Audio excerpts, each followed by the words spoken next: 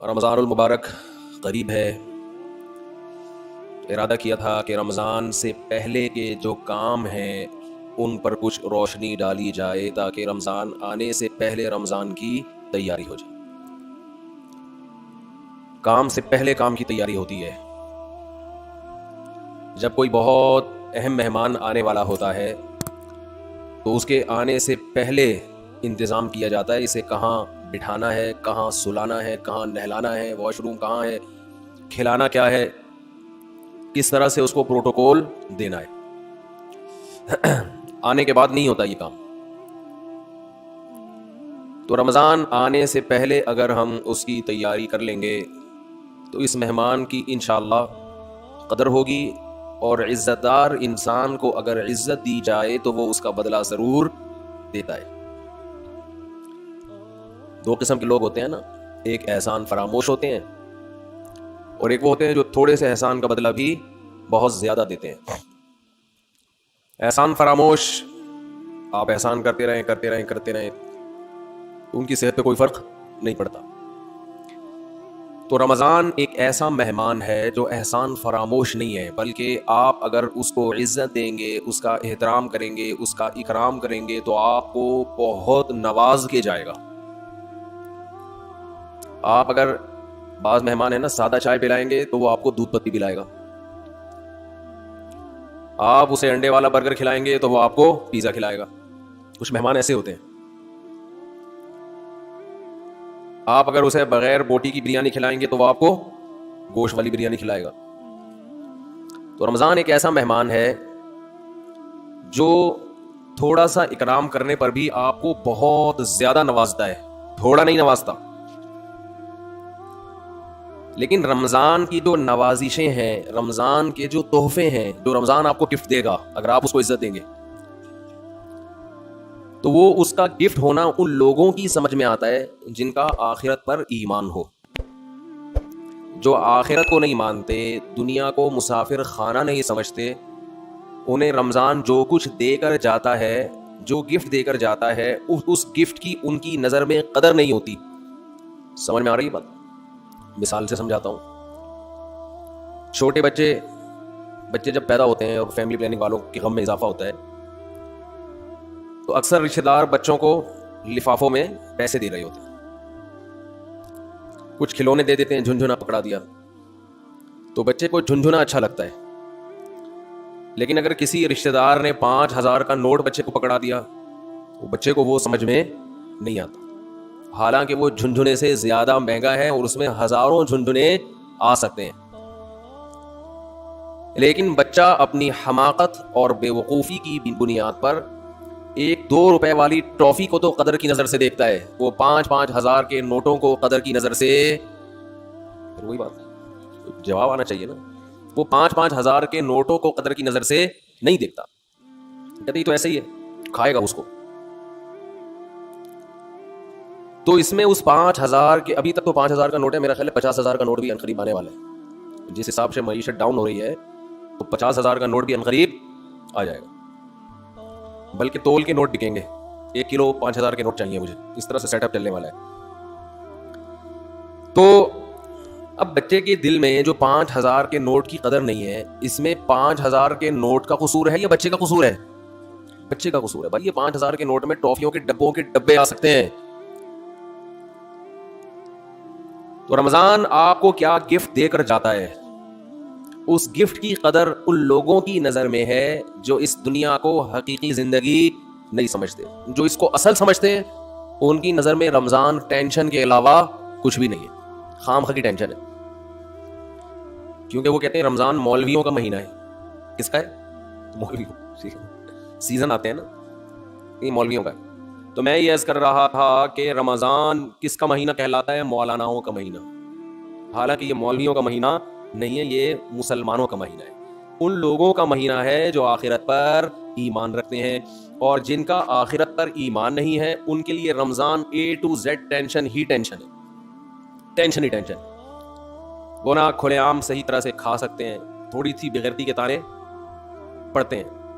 10 آدمی اگر خاموشی سے گزر جائیں گے تو 11واں بولتا ہوا جائے گا کہ شرم نہیں آتی تمہیں, کیا کر رہے ہو, اور بولنا چاہیے.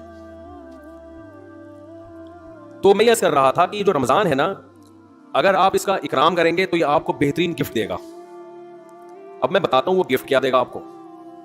وہ گفٹ دے گا اللہ کی محبت.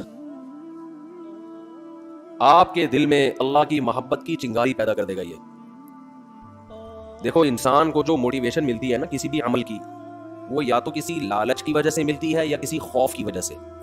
سمجھتے ہیں؟ آپ صبح صبح اٹھ کے آفس جاتے ہیں، مشکل کام ہے، دل تو نہیں چاہتا انسان کا اٹھے جائے، دل چاہتا پڑا رہے، لیکن آپ جاتے ہیں.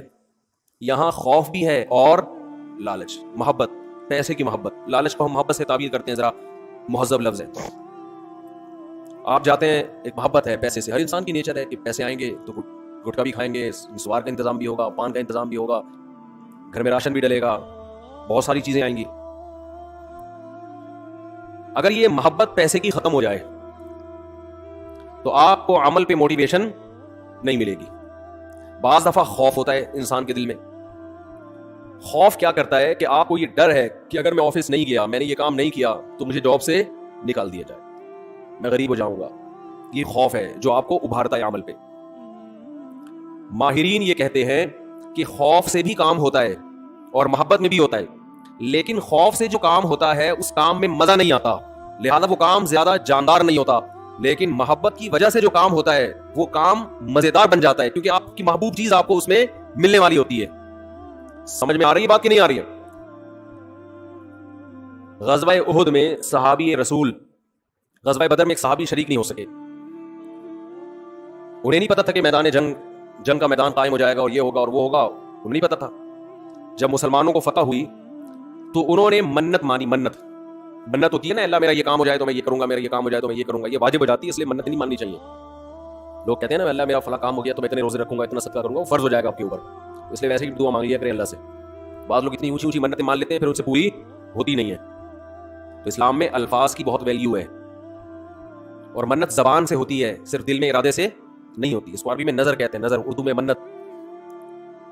تو ان صحابی کو غزوہ بدر میں شرکت کا موقع نہیں ملا تو انہوں نے منت مانی، نظر مانی کہ اے اللہ اگر دوبارہ کوئی میدان جہاد گرم ہوا تو میں ایسی بہادری سے لڑوں گا، لا یرین اللہ ما اصنع، اللہ دیکھے گا کہ میں کیا کرتا ہوں. بظاہر یہ تکبر والے الفاظ ہیں. بظاہر یہ الفاظ کیا ہیں؟ تکبر والے، کہ اللہ دیکھے گا کہ میں کیا کر کے دکھاتا ہوں. لیکن بعض جملے الفاظ کے اعتبار سے تکبر والے ہوتے ہیں، مگر حقیقت میں ایک ناز کی کیفیت ہوتی ہے. ناز، کہ اللہ میں وہ کچھ کروں گا کہ تو بھی دیکھے، خوش ہو جائے گا، تو ایسا کر کے دکھاؤں گا بہادری. جب غزوہ احد میں مسلمانوں کے قدم اکھڑے ہیں، ان صحابی کو اللہ سے کیا ہوا وعدہ یاد آیا کہ میں نے اللہ سے معاہدہ کیا تھا کہ اللہ میں ایسے بہادری کے جوہر دکھاؤں گا کہ تو دیکھے گا کہ میں کیا کر رہا ہوں. تو یہ کیا کر رہے تھے؟ کھجور کھا رہے تھے نا، تو کھجور کا تھیلا انہوں نے پھینکا اور انہوں نے کہا کہ جنت اتنی قریب ہے میرے اور کھجور کھانے کا وقت بہت طویل ہے، اتنا ٹائم لگے گا اس میں، تو بہت دیر ہو جائے گی. اور گئے میدان جنگ میں، بہادری سے لڑے، اتنی بہادری سے لڑے اور شہید ہوئے کہ انگلیوں کے پوروں سے، فنگر پرنٹ سے ان کی بہن نے ان کو پہچانے کہ میرے بھائی کی لاش ہے یہ. قرآن مجید کی آیتیں نازل ہوئیں، من المؤمنین رجال صدقوا ما عاہدوا اللہ علیہ فمنہم من قضى نحبہ ومنہم ینتظر. مومنین میں بعض ایسے بھی ہوتے ہیں کہ اللہ سے جب کوئی معاہدہ کر لیتے ہیں تو اس معاہدے کو پورا کر کے چھوڑتے ہیں. وہ انہی کے بارے میں نازل. تو جب ان کو یقین تھا کہ جنت میرے سامنے ہے تو انہیں وہ کھجور تناول کرنا بھی مشکل لگا. یہ خوف کی وجہ سے نہیں لڑ رہے کہ اگر میں نہیں لڑا تو جہنم میں جاؤں گا، بلکہ کس کی لالچ میں لڑ رہے ہیں؟ جنت کی اور اللہ کی محبت میں لڑ رہے ہیں. تو انسان جب خوف کی بیس پہ کام کرتا ہے اس میں جان نہیں ہوتی، اور جب کسی محبت اور لالچ میں کام ہوتا ہے تو اس کام میں اس کی کوالٹی بہت شاندار ہوتی ہے. تو اللہ نے ہمیں رمضان کا جو مہینہ دیا، وہ مہینہ اگر آپ اس مہینے کا اکرام کریں گے تو وہ مہینہ آپ کے اندر اللہ کی محبت پیدا کر دے گا. اور جب انسان کے دل میں محبت پیدا ہوتی ہے تو محبوب کے حکم کو فالو کرنا مشکل نہیں اور آسان بھی نہیں، بلکہ مزیدار بن جاتا ہے. 3 درجات ہوتے ہیں نا، حکم کی اتباع کرنا مشکل، اور اس سے اوپر کیا ہے؟ مشکل ختم ہو گئی، نہ مزیدار ہے نہ مشکل ہے. لیکن اس سے اوپر کا درجہ کیا ہے کہ حکم پر عمل کرنا کیا بن گیا؟ مزیدار بن جائے گا. یہ کیفیت انسان کی ہو جاتی ہے. تو اگر آپ رمضان کا حقیقی معنوں میں اکرام کریں گے تو رمضان آپ کو اللہ کی محبت کا گفٹ دے کے جائے گا. تو کیسے؟ زبان آج بہت خشک ہو رہی ہے, پانی نہیں ہے یا موسم میں شاید خشکی جیسا سیٹ ہے, موسم میں خشکی ہے میرا خیال ہے. تو رمضان جو ہے آپ کو اللہ کی محبت کا, جزاک اللہ, اتنا یک ٹھنڈا پانی بس کافی ہے, یہ گرم نہیں ہے, سادہ, پہلے ہی گلا ہمارا بیٹھا رہتا ہے, اوپر سے اور بٹھا دیں گے. تو اللہ کی محبت کا گفٹ دیکھے کیسے؟ انسان کی نیچر ہے, یہ فطرت ہے کہ وہ جس کے لیے قربانی دیتا ہے نا, جس کے لیے تبلیغ والے کہتے ہیں نا, جس چیز پہ جان مال اور وقت خرچ ہوتا ہے انسان کے دل میں اس کی ویلیو پیدا ہو جاتی ہے. ایک غریب آدمی جو رکشہ چلاتا ہو, سارا دن پسینہ بہاتا ہو, اس کو جو دہاڑی یا جو اجرت ملتی ہے اس اجرت کو وہ بڑی احتیاط سے خرچ کرتا ہے. اور ایک آدمی وہ ہے جس کے ابا کا انتقال ہوا اور 6 رکشے اس کو وراثت میں مل گئے. ایسا بھی ہوتا ہے نا, وہ ان رکشوں کی ایسی کی ایسی, باپ کمال سمجھ کے لوگ کہتے ہیں نا اڑا رہا ہے, خود تو محنت کی نہیں, ابا سے وراثت میں ملا ہے, اڑا دیتا ہے انسان. تو ہمیں جو ایمان کی نعمت ملی ہے یہ وراثت میں ملی ہے, اس میں ہمارا خون پسینہ, بولو نا کیا ہو گیا, نہیں بہا. ابا چونکہ مسلمان تھے, اماں مسلمان تھیں, اس وجہ سے ہم بھی کیا ہو گئے, تو ایک پسینہ نہیں بہا, ہمارا خون کا ایک قطرہ نہیں بہا, فری پھوکٹ میں ہمیں کیا مل گیا. حضرت بلال کو اسلام فری میں نہیں ملا. وہ جب مسلمان ہوئے گرم ریتوں پہ لٹایا گیا, ان کو سینے پہ بھاری بھرکم پتھر رکھے گئے. کیا اللہ نے لوگوں, کچھ لوگ کیسے خاندانی بنائے, وہ نظریات کو فالو کرتے ہیں, وہ کلچر کو فالو نہیں کرتے. حضرت بلال کو کیا مل رہا تھا اس میں, اچھی والی زندگی گزر رہی تھی, غلام تھے وہ, تو حبشی لوگ غلام ہی ہوا کرتے تھے عربوں کے, کھانا پینا مل رہا تھا, ایک ٹینشن. تو بڑے بڑے پتھر سینے پہ رکھے جا رہے ہیں, گرم ریت پہ لٹایا جا رہا ہے, مگر نعرہ لگا رہے ہیں احد احد, خدا کیا ہے, ایک ہے, میں نہیں مانوں. کیسے ویژنری, کیسے نظریاتی. خباب ابن ارت رضی اللہ تعالی عنہ رسول اللہ صلی اللہ علیہ وسلم کے پاس آئے مکہ میں, وہو متوسط ببرد لہ او کما قال, کہ آپ صلی اللہ علیہ وسلم کی چادر تھی, اس سے آپ صلی اللہ علیہ وسلم کونی پہ سر رکھ کے لٹے ہوئے تھے. لوگ کہتے ہیں مسجد میں سونا منع ہے, ایسی ہمارے علم میں کوئی حدیث نہیں ہے. مسجد میں سونا جائز ہے, البتہ مسجد کو سرائے بنا لینا, سونے کی جگہ, سارا محلے کو جہاں جگہ نہیں ملتی تو کہاں کے سو رہا ہے مسجد میں, یہ غلط ہے. نماز کے لیے آئے مسجد میں آپ, اور اگر کوئی آیا نماز کے لیے سستانے کے لیے ذرا لیٹ بھی جائے تو اللہ کی طرف سے کوئی پابندی نہیں, آئے نماز کے لیے. ہاں یہ نہ ہو کہ سرائے بنا لیا جائے, مسجد کو ہوٹل بنا لیا جائے کہ جس کو جگہ نہیں مل رہی, گھر میں بیوی سے پٹا ہوا ہے, سارے محلے والے یہاں آ جائیں. لیکن بذات خود جائز ہے مسجد میں سونا. اور اگر اکا دکا کبھی کوئی مسجد میں آ بھی جائے صرف سونے کے لیے تو بھی کوئی ناجائز نہیں ہے. ناجائز اس وقت ہوگا جب اس کو عام معمول لوگ بنا لے. حضرت علی رضی اللہ تعالی عنہ کی کچھ ناراضی ہوئی حضرت فاطمہ سے, میاں بیوی میں ہوتی ہے, تو آپ صلی اللہ علیہ وسلم جب گھر گئے, حضرت فاطمہ سے ملے, پتہ چلا بھائی کچھ ناراضی ہوئی ہے, اور حضرت علی مسجد چلے گئے. تو وہاں حضرت علی مٹی میں لیٹے ہوئے تھے, آرام کر رہے تھے. اسی پہ آپ صلی اللہ علیہ وسلم نے فرمایا یا ابا تراب, اے مٹی والے. تو اسی کے بعد حضرت علی اپنی کنیت کیا کہتے تھے, ابو تراب. اس سے پتہ چلتا ہے کہ اگر کوئی مسجد میں آ کے لیٹ جائے تو اللہ کی طرف سے کوئی پابندی نہیں ہے. لیکن یہ ضرور ہے کہ لوگ اس کو سنوں کے سارے محلے والے لیٹے ہوئے, یا لیٹنے کی جگہ ہی بنا لی, کبھی کبھار ہو جاتا ہے انسان سے. مسجد والے بعض دفعہ بہت سختی کرتے ہیں. اب سفر میں جب ہم چلتے ہیں, نمازیں پڑھتے ہیں سفر کے دوران, بعض دفعہ انسان 2 رکعت پڑھی ظہر کی, تھوڑا سستانے کے لیے لیٹ گیا تو ڈنڈا لے کے کھڑا ہوا ہوتا ہے, یہاں سے گالیاں بھی دے رہے ہوتے ہیں. وہی واقعہ پھر یاد آتا ہے مجھے, ایک آدمی کی بھینس مسجد میں آ گئی تو مولوی صاحب پکڑ کے ڈنڈے سے مارنے لگے. تو دیہاتی جس کی بھینس تھی وہ بھاگتا ہوا آیا, کہہ رہا مولوی صاحب بے زبان جانور ہے, اس کو مار رہے ہو, کبھی مجھے دیکھا آپ نے مسجد میں, یہ تو بے عقل بے زبان ہے, غلطی سے مسجد میں آ گیا, اس کو کیوں مار رہے ہو. میں آؤں عقل مند, مجھے مارو تو سمجھ میں بھی آتا ہے, اس بیچارے کو کیوں مارو, اس کا کیا قصور ہے. تو ایسا مسجدوں کا ماحول بنا لیا کہ کوئی آئے نہیں مسجد میں, تو اتنی سختی نہ کرے. تو کہاں سے کہاں بات چلی جاتی ہے یار. آج ویسے بھی کھوپڑی سیٹ نہیں ہے میری جی, کھوپڑی سیٹ آرام نہ ہونے کی وجہ سے نہیں ہے, ویسے کھوپڑی سیٹ ہے الحمدللہ. تو رمضان کی بات چل رہی تھی. ہاں میں یہ عرض کر رہا تھا کہ فری میں جو انسان کو چیز ملتی, ہمیں ایمان ملا ہے فری میں. ابا مسلمان اماں مسلمان تو ہم بھی مسلمان, سارے اڑوس پڑوس مسلمان ہیں, قدر نہیں ہے. صحابہ کو ایمان ملا محنت کرنے کے بعد. آج بھی بہت سے غیر مسلم مسلمان ہوتے ہیں, میں حیران ہوتا ہوں, بعض ہندو بچیوں کے فون آتے ہیں, گھر کے اندر رہتے ہوئے مسلمان ہو گئی. ایک ہندو لڑکی کا 2-3 سال پرانی بات ہے, فون آیا, میرا خیال ہے 16-17 سال, یہ بچپن ہی کی, مینٹلی تو انسان بچہ ہی ہوتا ہے اس وقت. اس نے اسلام قبول کیا, پورے رمضان کے روزے بھی گھر میں رکھے, کسی نے اس کو تبلیغ نہیں کی, نماز بھی چھپ چھپ کے گھر میں پڑھ رہی ہے. اور والدین اتنے سخت ہیں کہ اگر ان کو پتا چل گیا تو جان سے مار دیں گے, یہ خطرہ ہے. میں نے اس سے پوچھا 2-3 سال پرانی بات ہے, میں نے پوچھا آپ کو کس نے تبلیغ کی؟ اس نے کہا میری یہ سمجھ میں نہیں آتا کہ ہمارے والدین پتھر کی بنی ہوئی مورتیوں کو کیوں پوجتے ہیں, ان نے کیا رکھا ہوا ہے؟ صبح مٹھائی رکھ کے جائیں گے, شام کو بھی وہ مٹھائی ویسی کی ویسی. جو بھگوان مٹھائی نہ کھا سکے وہ ہماری حاجت روائی مشکل کشائی کہاں سے کرے گا؟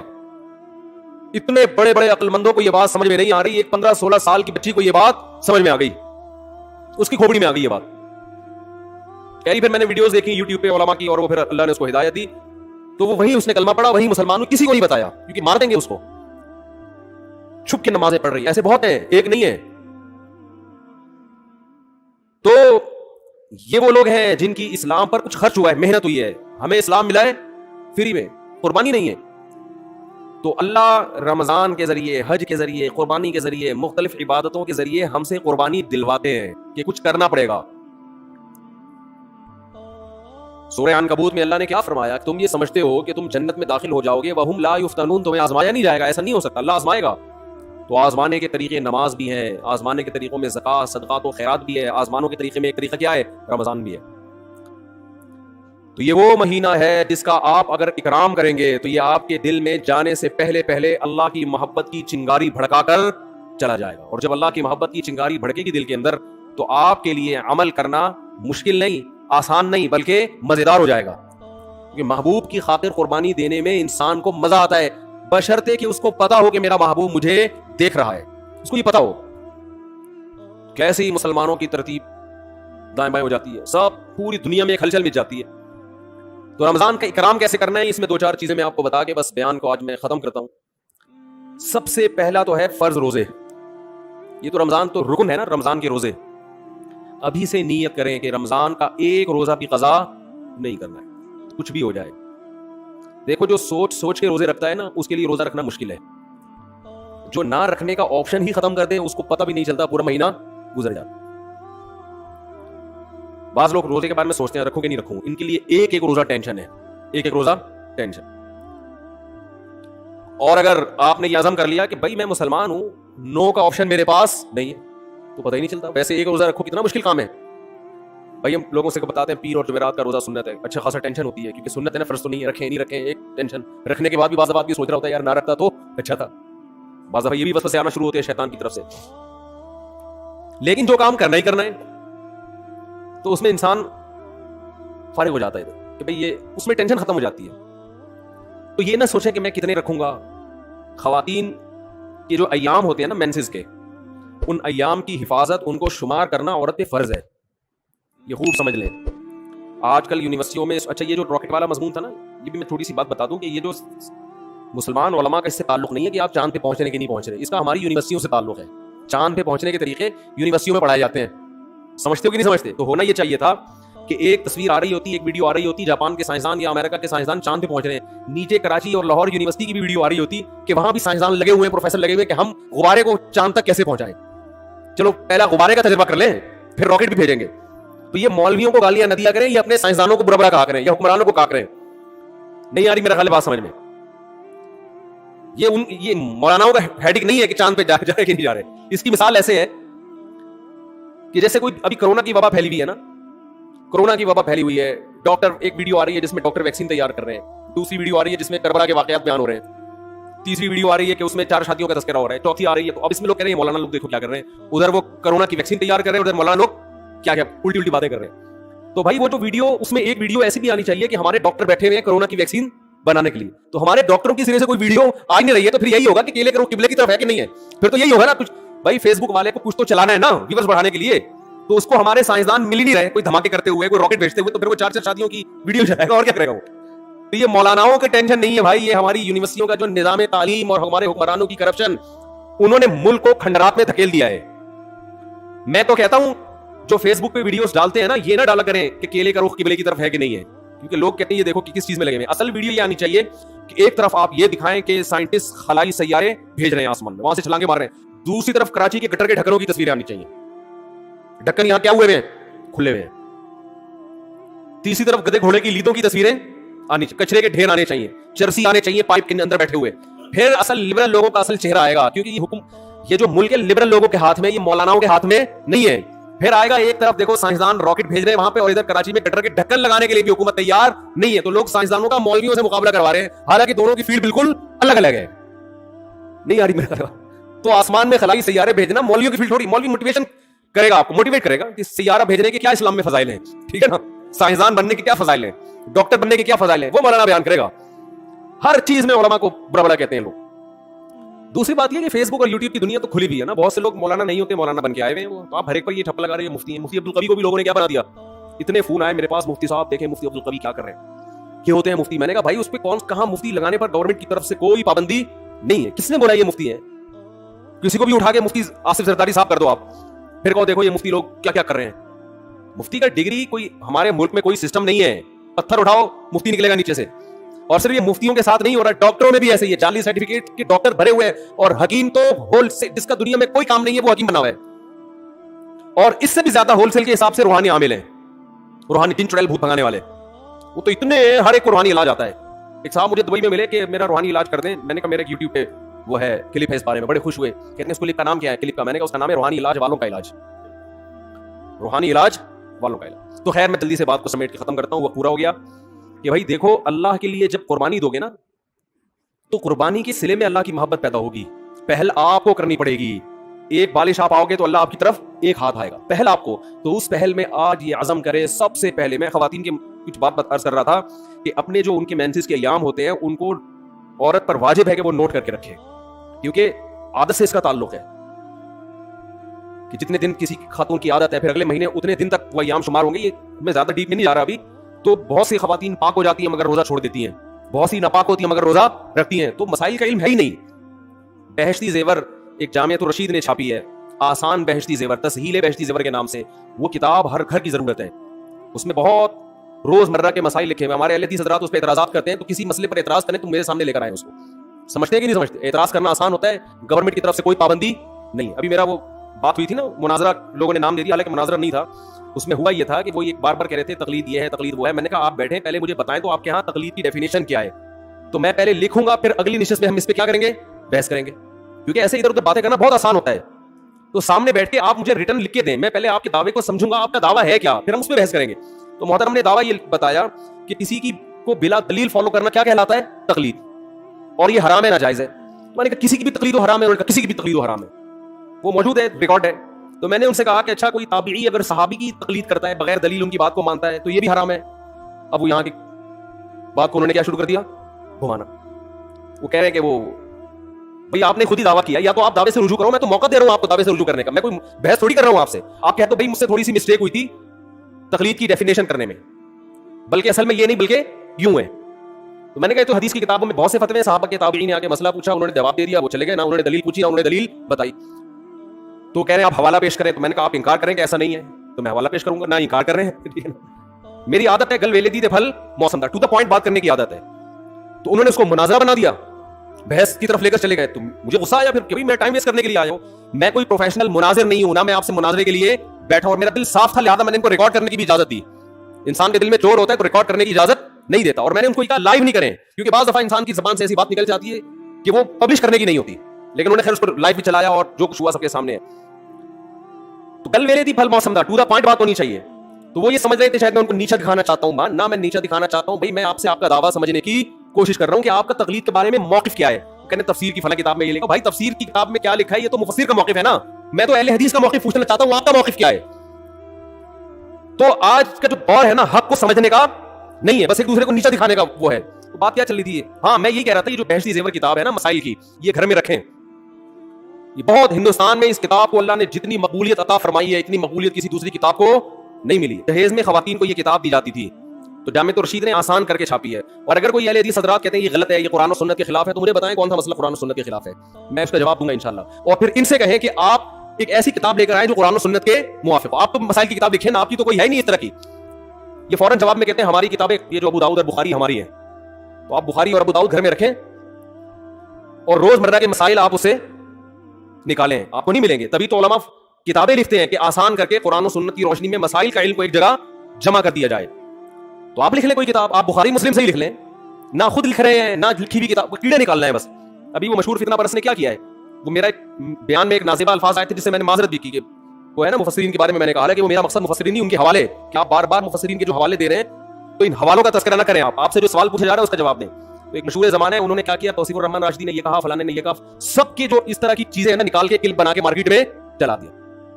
تو علماء کی باتوں کو میں جو اس طرح کی نیگیٹو چیزوں کو اگر آپ کتابوں سے جمع کرنا شروع کریں گے اور تقریروں سے جمع کر کے کلپ بنائیں گے تو اس سے معاشرے میں جوڑ پیدا نہیں ہوگا بلکہ توڑ پیدا ہوگا. یہ بالکل ایسے ہی ہے جیسے آپ سب کی دعوت کریں اور آپ بولیں تمہارے ابا نے فلاں سن میں یہ غلط کام کیا, تمہارے چاچا نے فلاں سن میں یہ غلط کام کیا, تمہارے ماموں نے فلاں سن میں یہ غلط کیا, اور تمہاری پھپھو ایک دفعہ پکڑی گئی تھی بھاگ کے, پھر آئی تھی توبہ کر لی تھی لیکن پکڑی گئی تھی, اور تمہاری خالہ کو بھی میں نے دیکھا ٹکٹکی باندھ کے تمہارے چاچو کو دیکھ رہی تھی.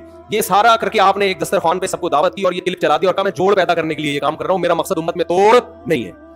واہ واہ خدا کی قسم مزہ آ گیا. بعض لوگوں کا یہ کام ہے, فلاں بزرگ نے اپنی کتاب میں یہ لکھا, فلاں بزرگ نے اپنی کتاب میں یہ لکھا, فلاں بزرگ نے اپنی کتاب میں یہ لکھا, فلاں دیوبندی نے اپنی کتاب میں یہ, فلاں بریلوی نے تقریر میں یہ کہا, فلاں اہل حدیث نے تقریر میں یہ کہا, فلاں, اور وہ اتنا ملغوبہ بنا کے سب علماء سے لوگوں کو بدگمان کر کے کہا کہ میرا کام امت میں جوڑ پیدا کرنا ہے, میں فرقہ پرستی اور توڑ کو کبھی پنپنے نہیں دوں گا. خدا کی قسم اس سے بڑا لطیفہ دنیا میں کوئی ہو نہیں سکتا. مثبت چیزوں کو ہائی لائٹ کیا جاتا ہے. ہر انسان سے غلطیاں ہوتی ہیں, ہر انسان سے. علماء اس بارے میں ایک اصول بیان کرتے ہیں کہ آدمی غلط ہو, پھر اگر وہ صحیح بات بھی کرے تو اس کی وجہ سے متاثر مت ہو. جیسے غامدی صاحب نے اسلام کا بیڑا غرق کر دیا, دو چار اچھی باتیں بھی کرتے ہیں, وہ جنت جہنم کی بھی تھوڑی سی باتیں کر لیتے ہیں, لیکن ویسے پورا انہوں نے پردہ کے بھی دھجیاں اڑا دی, عدت کے حکام کی دھجیاں اڑا دی, داڑھی کا انکار کر دیا, اور پتہ نہیں کیا کیا.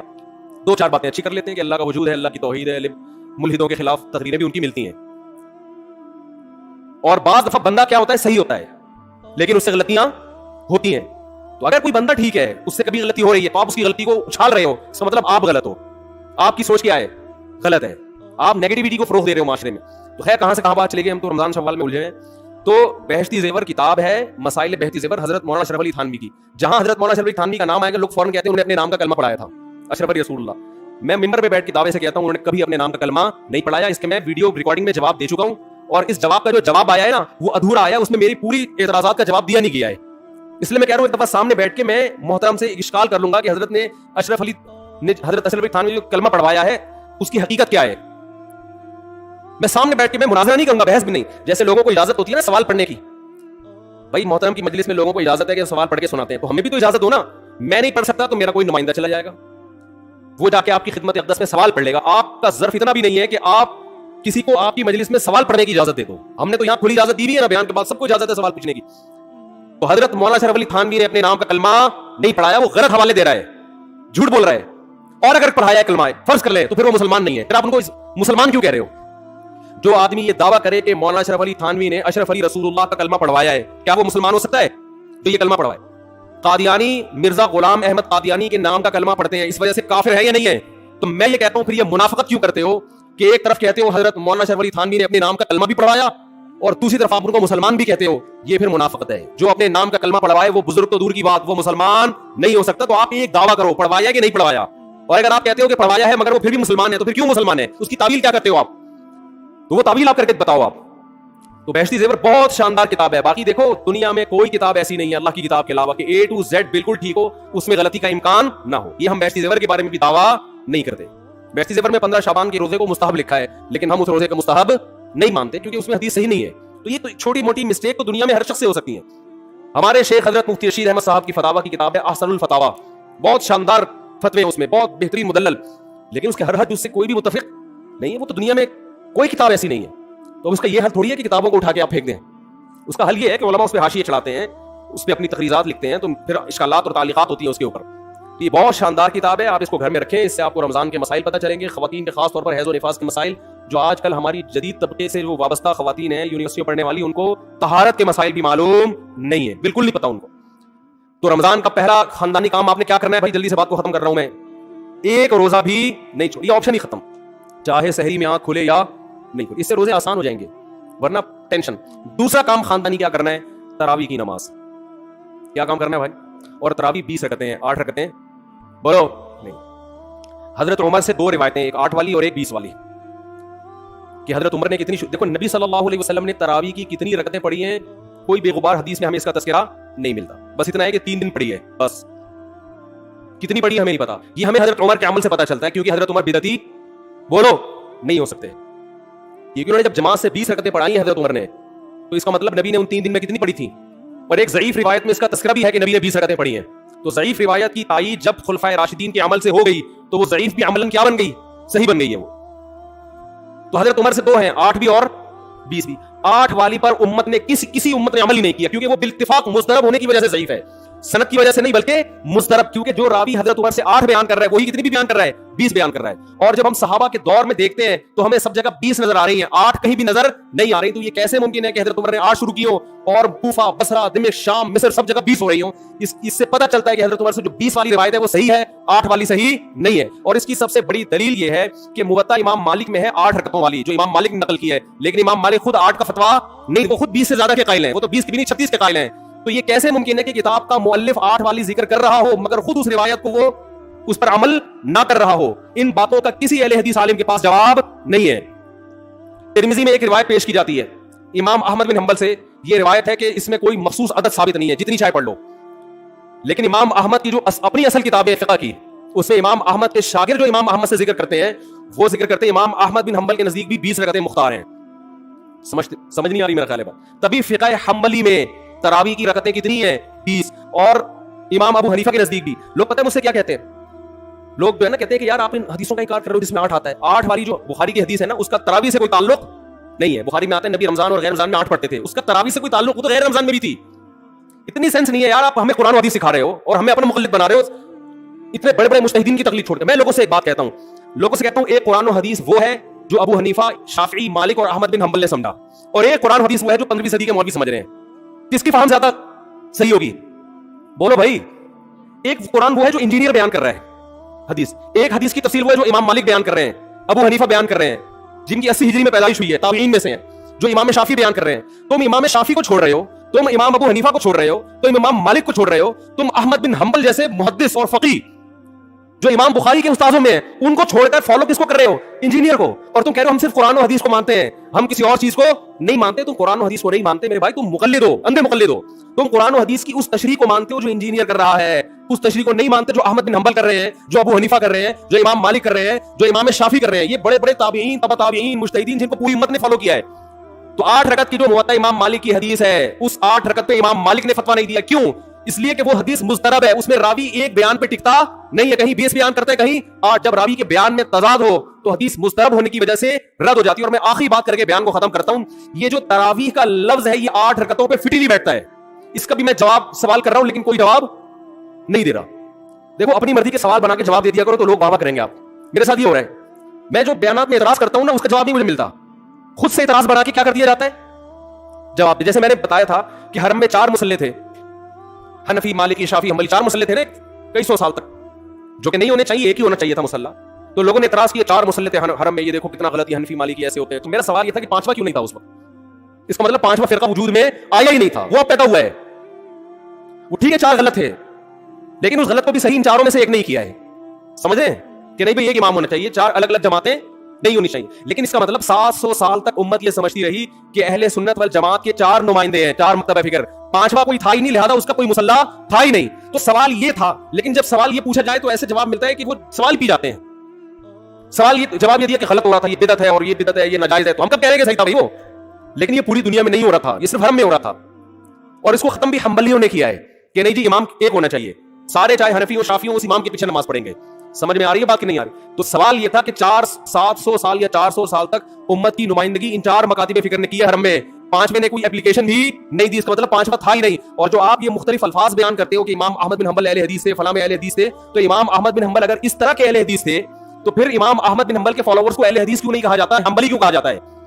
نہیں آ رہی بات میرا خیال. یہ ایسے ہی ہے جیسے جماعت المسلمین والے بات کہتے ہیں کہ ہم نبی کے دور سے ہیں اور پھر بخاری میں دکھاتے ہیں جماعت المسلمین کے الفاظ. او بھائی یہ والی جماعت المسلمین نہیں تھی، یہ تو باقاعدہ آپ نے رجسٹر کروائی ہے 1975 میں. وہ جماعت المسلمین صحابہ کو جماعت المسلمین کہا گیا ہے. تو یہ جو اہل حدیث کا لفظ ہمیں پرانے وقتوں میں ملتا ہے یہ محدثین کے لیے ملتا ہے، یہ کسی مخصوص فرقے کے لیے نہیں ملتا. پھر بھی میں اہل حدیث کو اہل سنت میں داخل سمجھتا ہوں. میں پھر بھی ان کو نہیں کہتا کہ جہنم میں جائیں گے، لیکن میں کہتا ہوں کہ آپ کم از کم اس چند سو سال پہلے آپ پیدا ہوئے، آپ کی جماعت وجود میں آئی، ہم پھر بھی آپ کو گلے لگانے کے لیے تیار ہیں اور ہم صدیوں سے چلے آ رہے ہیں. آپ ہمیں کیا کر رہے ہو؟ آپ ہمیں گمراہ لوگوں میں داخل کر رہے ہو. تو اسلام بہت پہلے برے صغیر میں آیا ہے، جس شکل میں آیا وہی شکل ٹھیک ہے، بات کی چیزوں پر اعتماد نہیں ہوتا ہمیں. تو میں ایک بات کر کے بیان کو ختم کرتا ہوں. یہ جو 8 کا لفظ ہے نا، تراویح کا لفظ ہے، یہ 8 رکعتوں پر صادق بولو نہیں آتا. بہقی کی حدیث ہے اور بھی روایتیں اس بارے میں کہ اسلاف جب تراویح کی نماز پڑھا کرتے تھے, اسلاف سے مراد صحابہ تابعین, تو 4 رکعتوں کے بعد آرام کیا کرتے تھے. تو اس لیے 4 رکعت کو ترویحہ کہا گیا. کیا کہا گیا؟ ترویحہ. روح سے نکلا ہے, روح. استراحت کا لفظ سنا ہے آپ لوگوں نے؟ آرام. استراحت کسے کہتے ہیں؟ آرام. ترویح آرام دینا. راحت, راحت کا لفظ تو اور آسان ہے نا. ارے راحت کا لفظ نہیں سنا؟ راحت کسے کہتے ہیں؟ آپ کہہ رہے ہیں وہ اسے کہتے ہیں ہمارے محل میں رہتی ہے. راحت کہتے ہیں آرام, ریسٹ. استراحت, راحت. روح یروح ترویحا, باب تفعیل میں جب جاتا ہے آرام دینا, تو ترویحتن, کیونکہ 4 رکعتوں کے بعد آرام کرتے تھے تو ان 4 رکعتوں کو کیا کہا گیا؟ ایک ترویحہ, یعنی ریسٹ ہے اس کے بعد. اب ترویحہ کا جو لفظ ہے نا, 4 رکعتوں کے بعد کیا ہو رہا ہے؟ ریسٹ. اٹ از کالڈ ترویحہ. سب کو پتا ہے 4 رکعتوں کو ترویحہ کہتے ہیں. 2 ترویحوں کو عربی میں کہیں گے ترویحتان. کیا کہیں گے؟ جیسے رجل کا معنی ایک آدمی, رجلان 2 آدمی. عربی میں 2 کے لیے الگ لفظ استعمال ہوتا ہے, 2 سے زیادہ کے لیے الگ. تو اگر یہ 8 رکعتیں ہوتی تو ان کو محدثین تراویح نہ کہتے بلکہ ترویحتان کہتے یا ترویحتین کہتے. کیا کہتے؟ 2 ترویحیں, اور ان کے بیچ میں ویسے بھی ریسٹ کی ضرورت پڑتی نہیں. ٹھیک ہے, 4 رکعت کے بعد امام بیٹھتا بولتا چل بھائی آگے جلدی کر, جانا بھی ہے گھر میں ہم نے. تو ترویحتین کہتے, ان کو محدثین تراویح نہیں کہتے. اور تراویح کا لفظ ہے جمع. عربی میں جمع کم سے کم افراد کتنے ہوتے ہیں اس کے؟ 3. تو کم سے کم 12 رکعتیں ہونی چاہیے. لیکن تراویح بھی جمع کثرت ہے, جمع قلت کثرت. جمع اکثر کہتے ہیں جو بہت زیادہ جمع ہو. تو پتہ ہے 4 رکعتیں کافی زیادہ ہیں تو ان کو تراویح کہا جائے گا. 4 رکعتیں تھوڑی سی بھی ہوں تو ان کو تراویح. 4 رکعتیں اگر 3 دفعہ آئیں گی تو اس کو بھی علی وجہ الکمال ہم پورے طور پر تراویح کا لفظ اس پہ صادق نہیں آئے گا. بات آ رہی ہے سمجھ میں کہ نہیں آ رہی ہے؟ سمجھ میں سب آ رہی ہے, لیکن گھننے بن جاتے ہیں, گھماتے ہیں. دیکھنا یوٹیوب پہ اس کا جو بیان آئے گا نا اس میں گھمایا ہوا ہوگا, اس میں گھمایا. یہ اپنی طرف سے نکالا ہوا ہے, اپنی طرف سے نہیں بھائی, بیٹی کی حدیث ہے, مصنف ابن ابی شیبہ کی روایتیں ہیں, آپ دیکھ لو. اس میں لوگ کہتے ہیں حوالہ کیوں نہیں دیا مفتی صاحب نے؟ آپ انکار کرو میں حوالہ دوں گا انشاءاللہ. آپ انکار کرو کہ ایسا نہیں, ہم ٹائم بچا رہے ہیں اپنا. وہ مجھے کہہ رہے تھے نا اس بحث میں کہ مفتی صاحب آپ دلیل دو, جو دعویٰ کرے دلیل اس کے ذمہ ہے. میں نے کہا دلیل اس کے ذمہ اس وقت ہے جب سامنے والے دعوے کا انکار کرے. میں نے ستار بھائی کو میں نے کہا کہ ستار بھائی تم نے 1 لاکھ روپے لیے ہیں. ستار بھائی کہہ رہے ہیں نہیں, ہاں لیے ہیں. تو مجھے کیا ضرورت ہے میں دعویٰ پیش کروں کہ دلیل دوں؟ وہ مان رہا ہے. تو یہ سب مانتے ہیں. تو علماء جس نے بھی حدیث کی کتابیں پڑھی ان کو پتا ہے کہ ترویح کا لفظ اس لیے لکھا ہوا ہے اس میں. تو اسلاف سے مسجد نبوی میں, حرم میں ایک رمضان بھی ایسا نہیں گزرا جب سے حضرت عمر نے 20 رکعتیں شروع کرائی ہیں کہ 20 رکعت سے 1 رکعت بھی کم ہوئی. زیادہ تو ہوئی ہیں, کم بولو نہیں ہوئی ہے. ایک امت اتنی بڑی گمراہی پر 1400 سال سے جمع ہو گئی. تو میرے بھائی جو آپ سے قرآن و سنت کے نام پہ بات کرے نا, اسے بولے بھائی ٹھیک ہے میں قرآن و سنت ہی کو مانتا ہوں, مگر قرآن و سنت کی وہ تشریح جو ان مجتہدین نے کی ہے اس کو مانوں گا. جو 15ویں صدی کے مولوی کر رہے ہیں تشریح, میں اس کو بولو نہیں, چاہے وہ سعودی ہوں. لوگ کہتے ہیں سعودی عرب میں 8 رکعتیں ہر جگہ ہو رہی ہیں. سعودی عرب میں آج ہو رہی ہیں, 100 سال پہلے کے سعودی عرب میں 8 رکعتیں کہیں بھی نہیں ہوتی تھی. یہ کوئی سعودیوں کا کلمہ تھوڑی ہم نے پڑھا ہے کہ جو سعودی عرب میں تو بہت سے لوگوں کی داڑیاں نہیں ہوتی. تو کیا مطلب داڑھی کا انکار کر دو گے آپ؟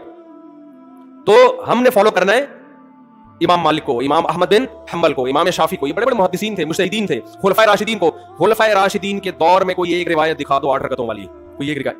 ہاں جو حضرت عمر سے موطا میں منقول ہے اس کا جواب میں نے دے دیا. اس کے علاوہ کہیں دکھا دو کہ بصرہ میں, کوفہ میں, دمشق میں صحابہ تابعین کے دور میں رمضان میں 8 رکعتوں سے جماعت سے نماز کسی نے پڑھی ہو. تو نہیں ہے کچھ بھی اس میں. تو اس لیے جو طریقہ صدیوں سے تواتر کے ساتھ چلا رہا ہے وہ کتنی رکعتوں کا ہے؟ 20 رکعتوں کا. تو اسی کو فالو کرنا چاہیے. تو دوسرا کام آپ نے خاندانی کیا کرنا ہے؟